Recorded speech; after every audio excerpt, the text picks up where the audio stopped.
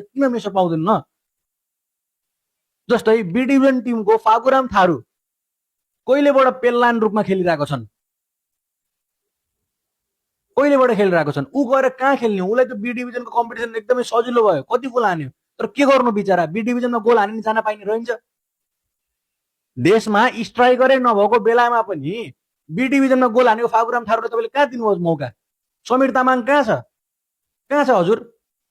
तपाईँ मलाई भन्दै हुनुहुन्छ कि समीर तामाङ भन्दा सृजनराज गौतम बेटर प्लेयर हो। कमन म्यान, प्लिज होसियार हुनुहोस् है, होसियार हुनुहोस्। के बोल्दै हुनुहुन्छ, होसियार हुनुहोस्। होइन, मैले के भने जो प्लेयर मेरिटमा खेलेको छ त्यो प्लेयरले किन मौका पाउँदैन यो रेसमा? मेरिटमा खेलिरहेछ। म हाइपमा लिएर आइछैन। मलाई थाहा छ धेरै प्लेयरहरू हाइप गराएर पपुलरिजमको तरिकाबाट भनिन्छ यहाँ यो पर्नुपर्ने होइन। मेरिट बोलिरहेको छु म। समीर तामाङ कसरी टिममा पर्दैन?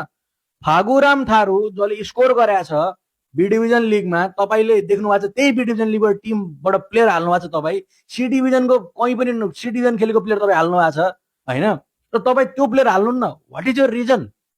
What is your